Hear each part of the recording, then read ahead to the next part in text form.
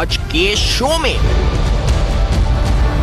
Islamabad park enclave मंसूबे की तकमील में ताहीर, सीडीए का नाकाबिले यकीन मौकिफ बेनका।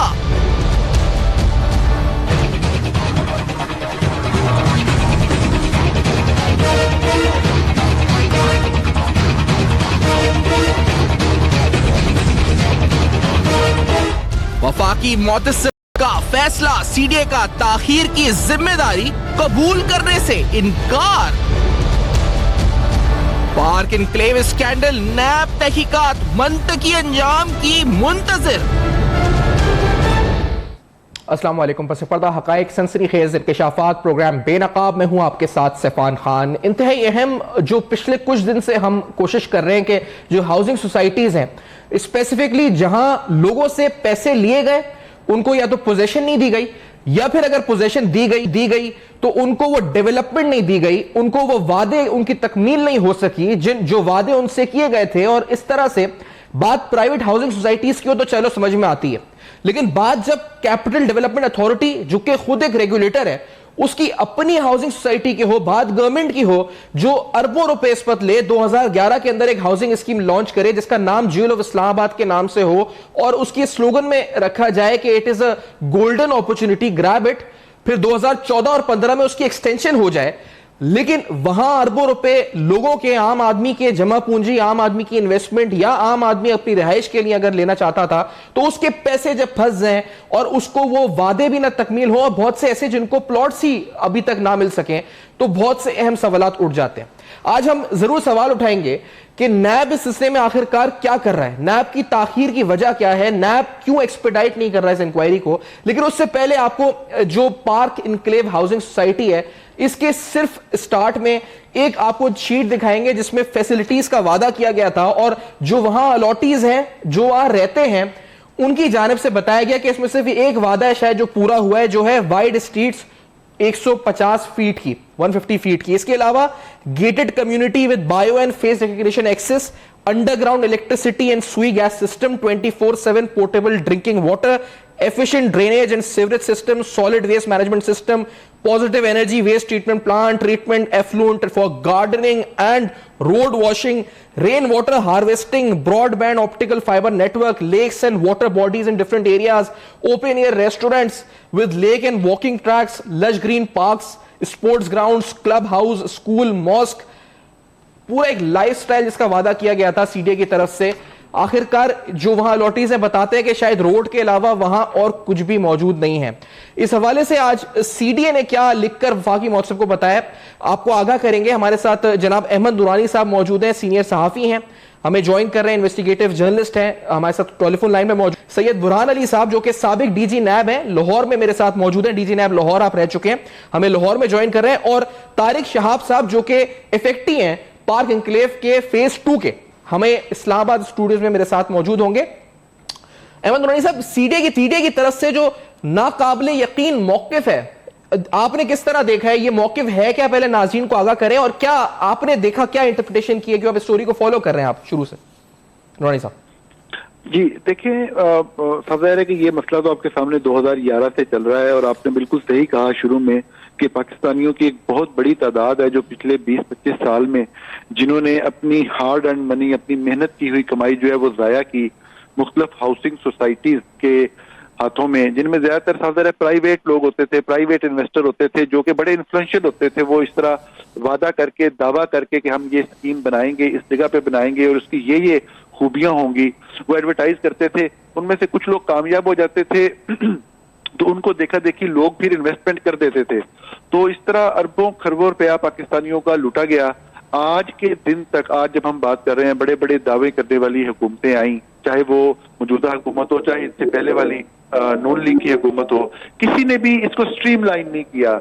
पूरी दुनिया के अंदर एक निज़ाम होता है वो एस्ट्रो अकाउंट्स का, कि जो पैसे अगर कोई जमा भी करवाता है तो वो हुकूमत का वो एक ऐसा अकाउंट होता है जिसमें वो पैसे जमा होते हैं और जितना काम डेवलपर मुकम्मल करता है उतना उसको पैसे जो है वो रिलीज कर दिए जाते हैं।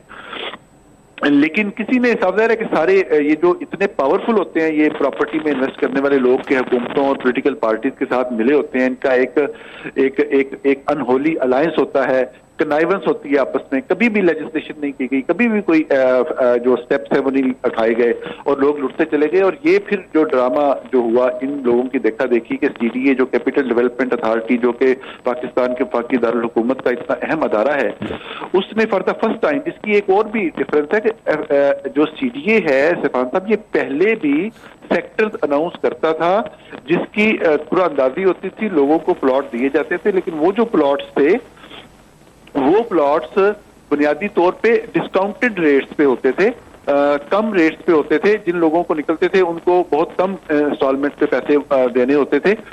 ये वाला इन्होंने फर्स्ट टाइम इस तरह से किया कि जी हम मार्केट रेट के ऊपर, कमर्शियल मार्केट रेट के ऊपर देंगे, और 1,20,00,000 रुपया इस जगह पे प्लॉट की कीमत रखी गई, जो बिल्कुल साफ जाहिर है कि उस वक्त अनडेवलप्ड एरिया था। लोगों ने पैसे जमा करवाए और आप देख लें 8 साल गुजर के वो लोग रो रहे हैं। जो आपका प्रिसाइजली सवाल था सीडीए के मौजूदा मौक़िफ़ के बारे में, 8 साल से वो लोग फ्रॉम पिलर टू पोस्ट वो जिल्लो ख्वार हो रहे हैं, कभी इस अदारे में, कभी वफाकी मौक़िफ़ के पास, कभी कहीं। एक चीज अगर मैं आपसे यहाँ पर जरूर पूछ सके, क्योंकि ये जो 3 जनवरी 2019 का जो रिटन रिप्लाई है to on behalf of CDA, जिसके अंदर उन्होंने जिक्र किया जी instant cases regarding delay in development of park enclave Islamabad due to stay order.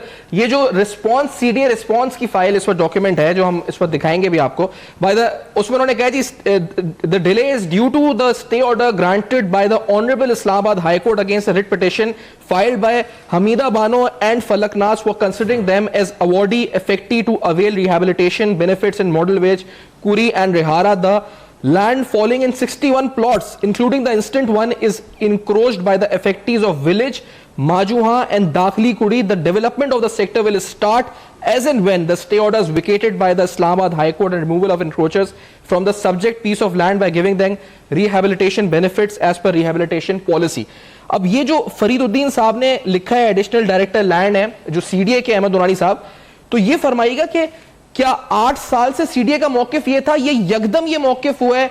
ये स्टे तो शायद 2016 में आया है, पहले तो सीडीए ने कभी नहीं कहा, 2017 तक ये बात नहीं कही। ये change of mind, change of heart है, पॉलिसी चेंज है, क्या हुआ है ये अचानक सीडीए को, जो अब ये लिखा है उन्होंने जवाब? नहीं, पहले कभी भी ये मौक़िफ़ सामने नहीं आया। लोग जो हैं वो धक्के खाते रहे। अगर यही बात पहले आ जाती तो लोग इस्लामाबाद हाई कोर्ट में चले जाते कि हमारे साथ एक गवर्नमेंट के अदारे ने, एक वफाकी अदारे ने इतना बड़ा धोखा, इतना बड़ा फ्रॉड किया है, हमने अपनी जिंदगी भर की कमाइयां यहाँ पे लगा दी हैं और ये हमें प्लॉट तक डिलीवर नहीं कर रहे। तो ये तो फर्स्ट टाइम हुआ है और बड़ा अजीबोगरीब तरीके से इन्होंने ये लिखा है। और अभी ये भी इन्वेस्टिगेट होना वैसे बाकी है कि क्या ये जो दावा किया गया है ये दुरुस्त है या नहीं, इसके ऊपर भी काम हो रहा है। और मेरी अंडरस्टैंडिंग वैसे यही है कि ये जो साहब भी ये बात लिख रहे हैं, वफाकी महोत्सव ने पहले एक फैसला दिया, उसके ऊपर इम्प्लीमेंटेशन नहीं हुई। जब इम्प्लीमेंटेशन नहीं हुई तो उन्होंने दोबारा लिखा कि आप इसका जवाब दें, क्यों इम्प्लीमेंटेशन नहीं हुई, तो उसके जवाब में ये बात घड़ी गई।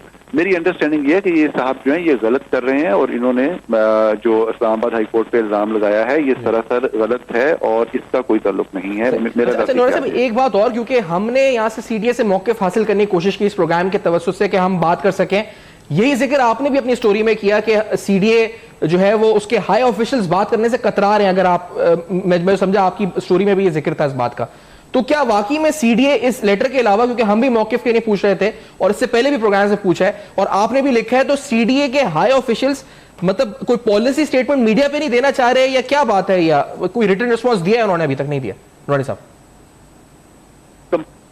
और उनको समझना पड़ता है, लोगों के सामने बयान करना पड़ता है। ये सीधा सीधा फ्रॉड का एक केस है कि गवर्नमेंट के एक अदारे ने लोगों को कमर्शियल रेट के ऊपर बकायदा लैंड बेच दी और वो लैंड उनके पास थी नहीं उस दिन जिस दिन उन्होंने बेची। ये तो हम समझ रहे हैं कि जो मेरी आज वाली स्टोरी है ये तो सिर्फ फेज 1 के बारे में है ना, पार्क एनक्लेव के। अभी आपने तारुफ कराया, एक आपके प्रोग्राम के पार्टिसिपेंट हैं जो शायद फेज 2 के विक्टिम है। तो ये इतना बड़ा फ्रॉड था कि देखें कि उनके अब इसके ऊपर वो क्या जवाब देंगे आपको आके।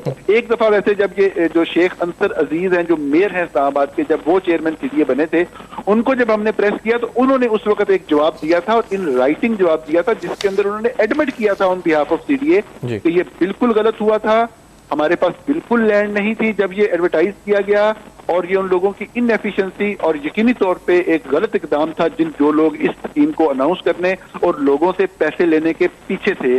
ये एक दफा सीडीए एडमिट कर चुका हुआ है, अब वो आपको यही वाला एडमिशन साफ कैसे करेंगे? सही बात है। अच्छा बुरहान साहब, आपसे पूछना चाहूंगा क्योंकि 18 अक्टूबर 2018 को नैब की एक प्रेस रिलीज आई जिसमें उन्होंने कहा जी कि सीडीए की तरफ से शुरू किए गए इस मंसूबे के हवाले से शिकायत जो है उसकी जांच पड़ताल यानी कंप्लेंट वेरिफिकेशन का सिलसिला जो है शुरू किया जाएगा। हमारी इत्तलात है कि इंक्वायरी मामले में है इस वक्त, और ये भी इत्तलात है कि शायद कुछ कॉल अप नोटिस भी गए हैं सीडीए को इस सिलसिले में मालूमात इकट्ठी करने के लिए।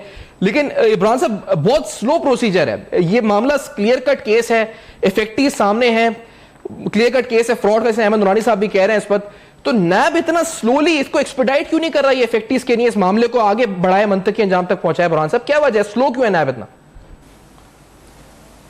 जी देखें कि मैं इसमें जो पहले 1 मिनट लूंगा, थोड़ा सा जो है कि बातचीत करना चाहूँगा।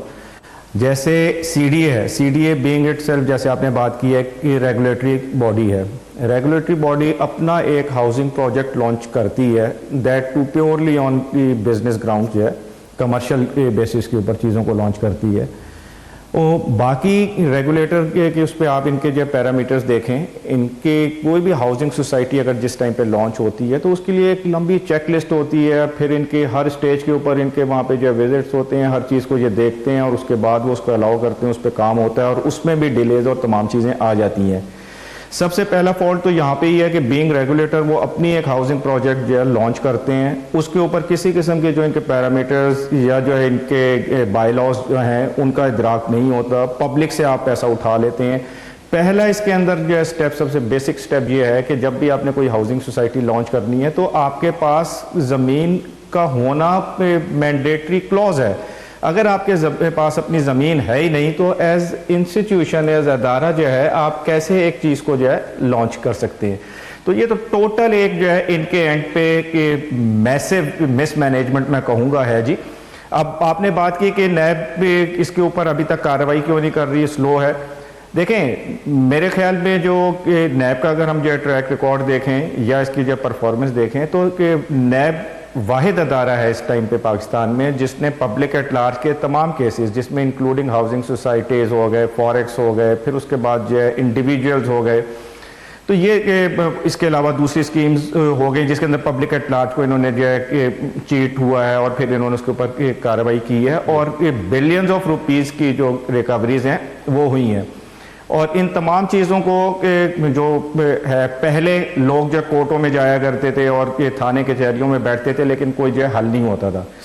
अब भी इस केस के अंदर जो नैब ने जब लिया है तो एक तो यहाँ पे जो रेगुलेटर है वही डेवलपर भी है, वो के सरकारी मुलाजमीन भी हैं जिन्होंने इस तमाम प्रोजेक्ट को लॉन्च किया। अब इसके अंदर एक इफेक्टिव्स भी हैं। अब इफेक्टिव्स को नैब ने 2 चीज़ों को लेकर चलना है, एक तो तमाम उसने ये देखना है कि टोटल लायबिलिटी इफेक्टिव्स की कितनी बनती है, फिर उन्होंने ये देखना है कि जितना इनफ्लो हुआ है, जितना पैसा आया है वो कहाँ पे गया है। मैं आता हूँ इस बात पे कि नैब की इस पर इफेक्टिवनेस या नैब कितनी मौसर तरीके से कार्रवाई में कर रहा है। आपको ये भी बताएंगे कि जो ओम्बड्समैन की तरफ से फैसला आया था अगस्त 2018 में, उसमें क्या था, क्या नैब और फिर जो इस पर जो भी आला ओहदेदार हैं, जो भी इस पर इदारे हैं, वो इन इफेक्टिव्स को इस वक्त फौरी तौर पर, यकीनी तौर पर उनके जो उनसे वादे किए गए थे वो पूरे कर सकते हैं, नहीं कर सकते? लेकिन ये सारे सवालात होंगे बेनकाब में। इस ब्रेक के बाद मेरे साथ रहिए।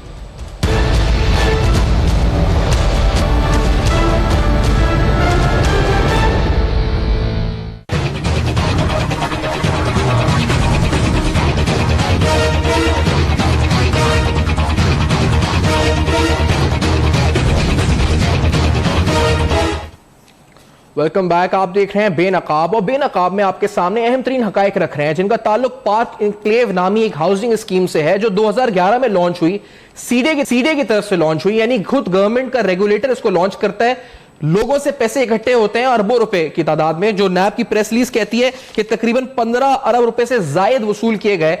आज स्कीम के हवाले से जो हम आपके साथ डेवलपमेंट शेयर कर रहे हैं वो कैपिटल डेवलपमेंट अथॉरिटी सीडीए का एक खत है जिन्होंने फेडरल ओम्बड्समैन को लिखा है। और ये खत लिखा क्यों है? क्योंकि एक फैसला वफाकी मौतसिब की तरफ से हुआ, और ये हुआ 26 अगस्त 2018 को।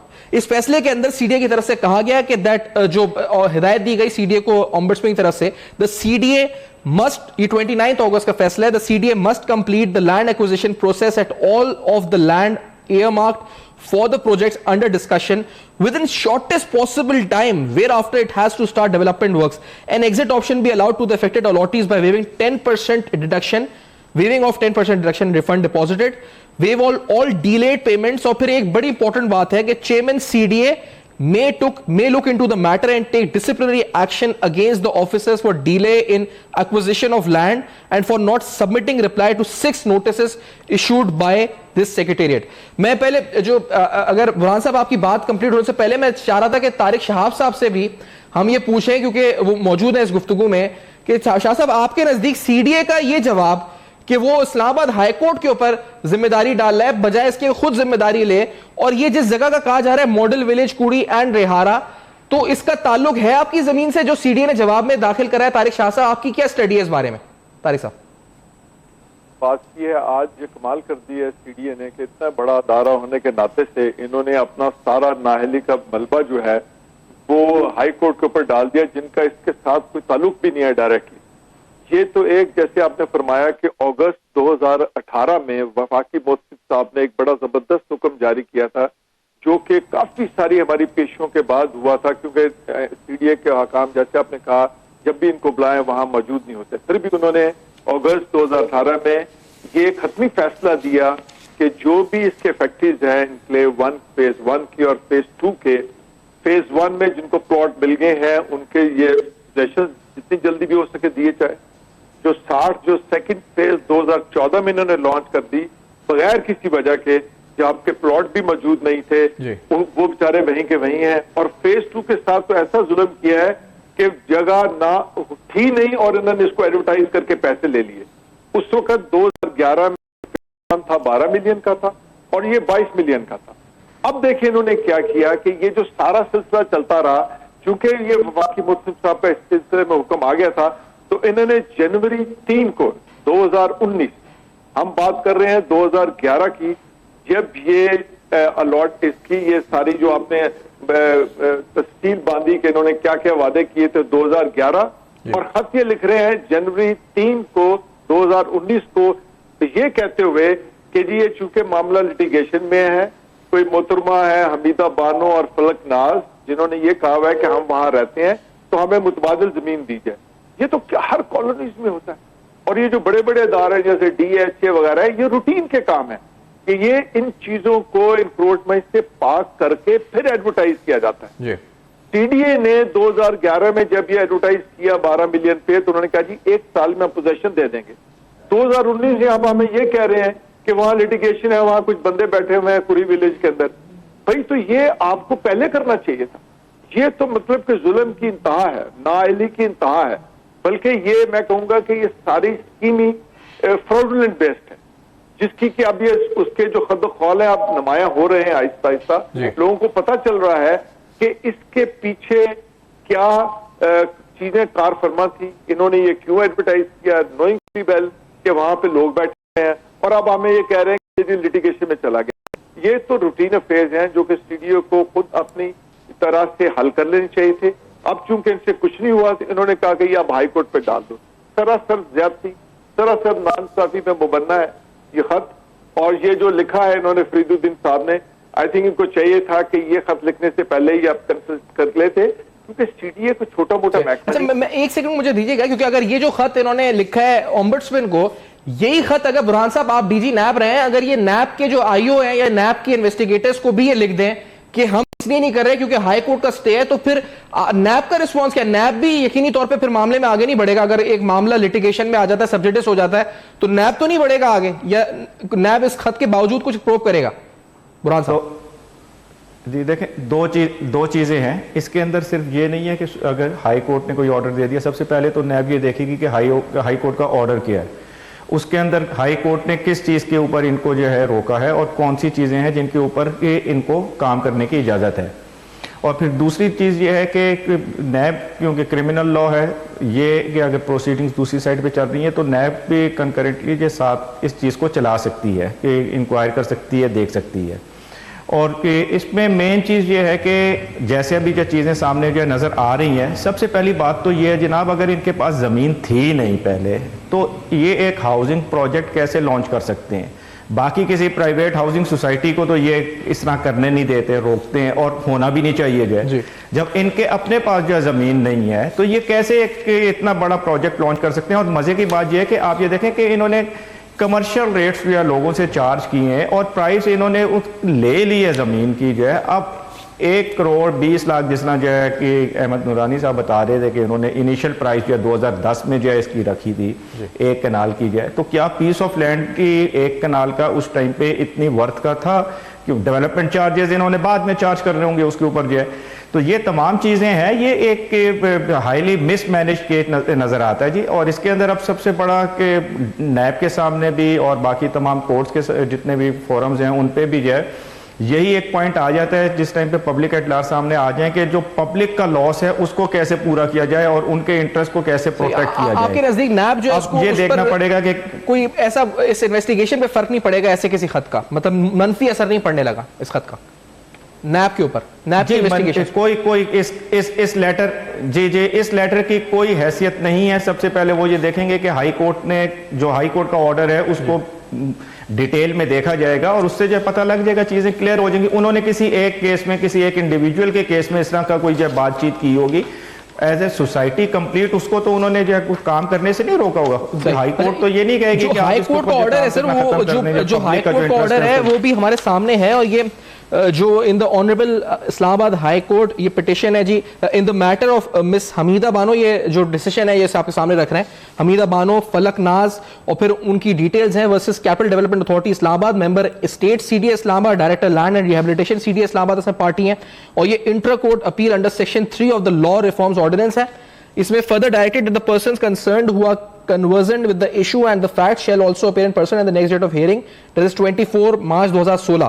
Respondents are restrained from allotment of any plot pertaining to Kuri Model Village till next date of hearing. Office is also directed to club all the ICAs concerning issues related to Kuri Model Village, including the petitions pending before the single benches along with instant ICA.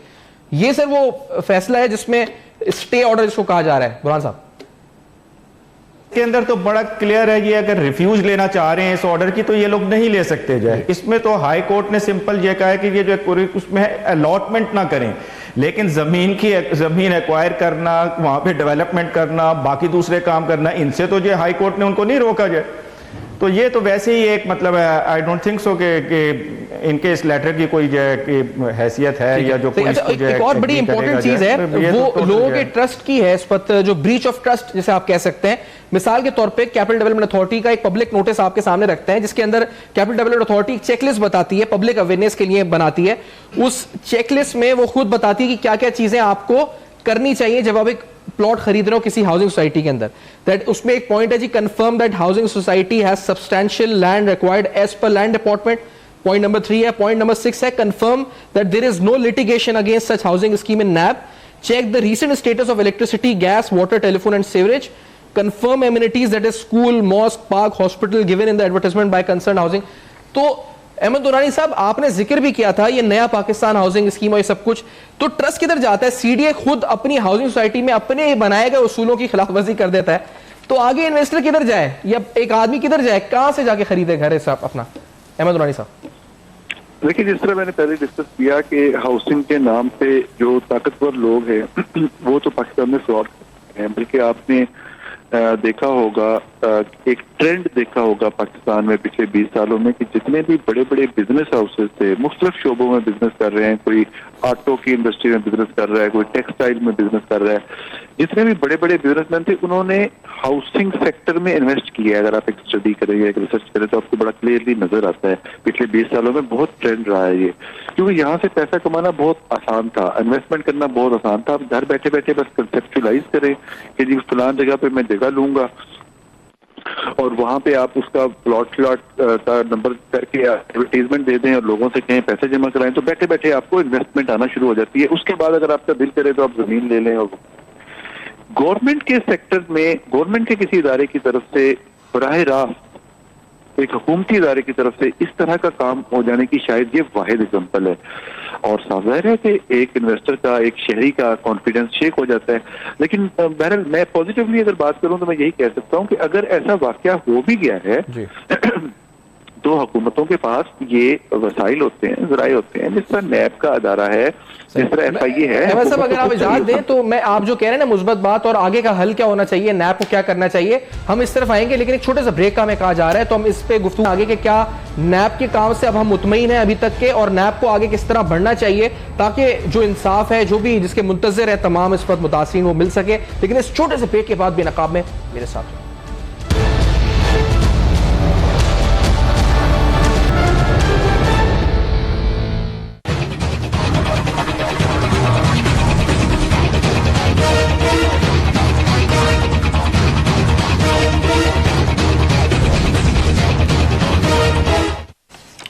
Welcome back. आप देख रहे हैं बेनकाब, और बेनकाब में आपके सामने अहम तरीन मालूमात रख रहे हैं पाक इनक्लेव हाउसिंग सोसाइटी के हवाले से। वो तमाम अफराद जो कि हाउसिंग सोसाइटीज में पैसा इस पर लगाते हैं, वो वैसे ही बड़े कंसर्न होते हैं, और उन तमाम के लिए ये प्रोग्राम बड़ा जरूरी है, क्योंकि आज जिस स्कीम की हम बात कर रहे हैं वो हुकूमत की अपनी स्कीम, CDA की अपनी स्कीम है, जिसके मातहत वो 15 अरब रुपए लोगों से इकट्ठा करता है। आज तक वो मुतासरीन रोते हैं।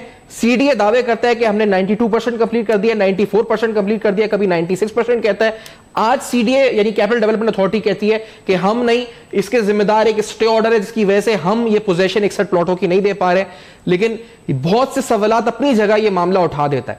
उनमें से जैसे एक सवाल ये है जी कि वफाकी मुहतसिब एक बार नहीं, जो आप CDA का रिस्पॉन्स भी देखें तो उस डॉक्यूमेंट में, तो उनकी नॉन इंप्लीमेंटेशन ऑफ वफाकी मुहतसिब फाइंडिंग्स, कई बार वो नोटिस इशू करता है वफाकी मुहतसिब के। हमारी, जैसे मैंने फैसले में जिक्र किया, 6 नोटिस वहां इशू हुए।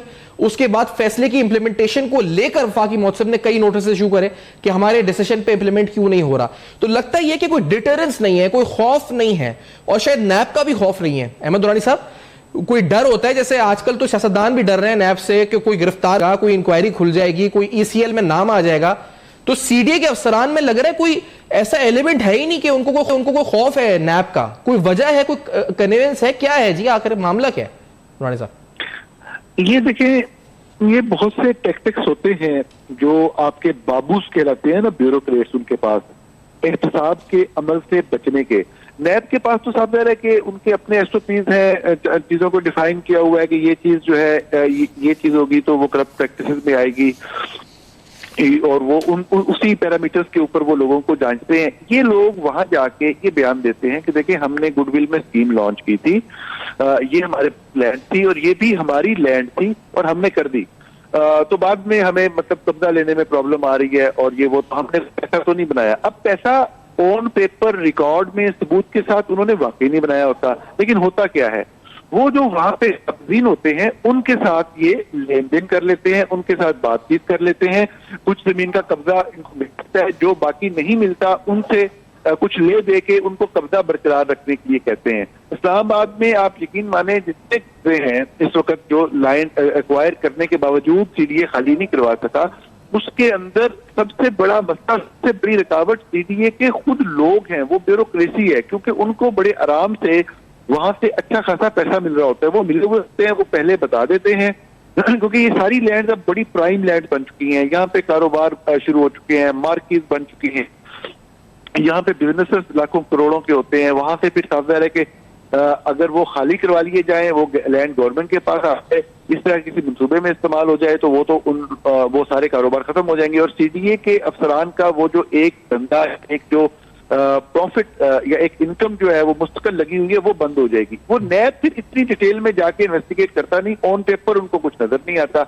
ये स्टे वगैरह लेने वाली बात भी, ये मशवरा भी ये CDA के लोग ही देते होते हैं। अच्छा। लेकिन इस केस के अंदर तो खैर ये आखिरी बात मैं ये जरूर कहूंगा कि इस केस के अंदर तो बहुत क्लियर था कि गवर्नमेंट का एक अदारा for the first time in history commercial rate के ऊपर, कमर्शियल वैल्यू के ऊपर, लेवल ऑफ कैपिटल कह के इतने महंगे प्लॉट बेच रहा है।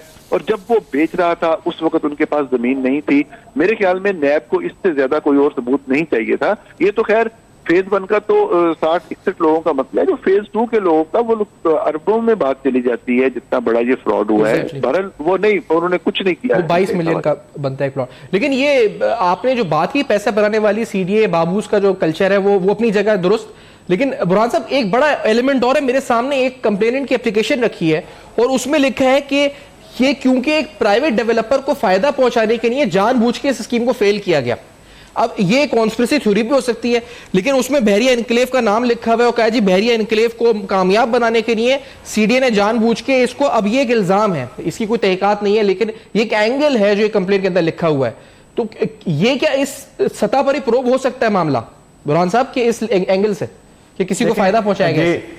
जी देखें, दो तीन चीज़ें हैं मैं तो यहाँ पे जो डिस्कस करना चाहूँगा। पहली बात तो ये है कि अब केस जैसे नैब के पास है तो ये अपने मंतकी इंजाम तक पहुँच ही जाएगा और इसमें जो कोई भी इन्वॉल्व है they would face it and they have to now answer there. इसमें तो कोई शक वाली बात है ही नहीं।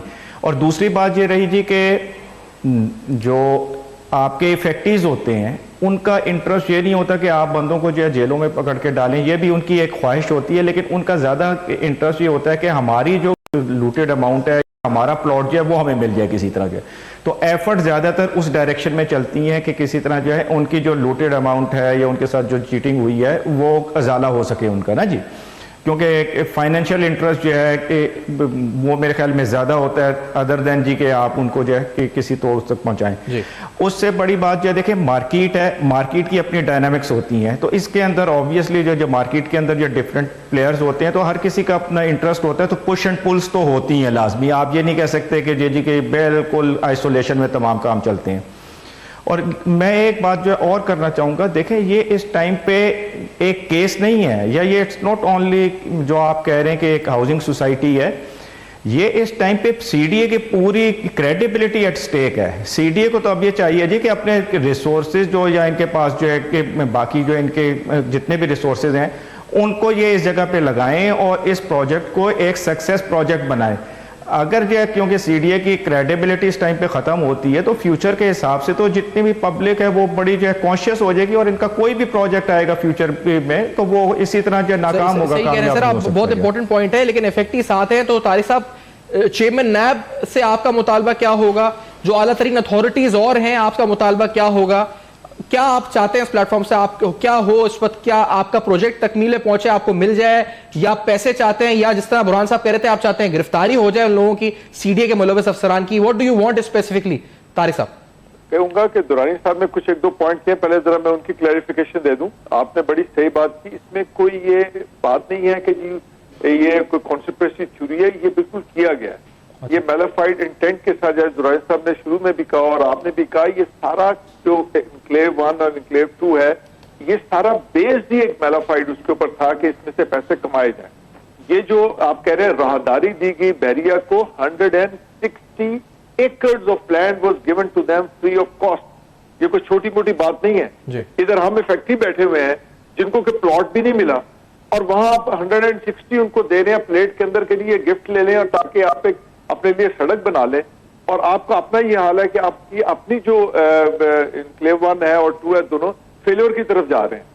सो ये कह देना। और दूसरी ये बात है कि ये जो लिटिगेशन है ये तो 2015 में आई है और ये हमारा 2011 में ये स्कीम लॉन्च हुई है। और जो चंबे की बात वो ये है कि 2014 में और 2014 में फिर इन्होंने एक्सटेंशन लॉन्च की, जबकि नोइंग फुली वेल कि वो नहीं हो सकती। और फिर सबसे जुल्म ये कि 2015 में जाके इन्होंने फेज 2 लॉन्च कर दी जबकि जमीन थी नहीं।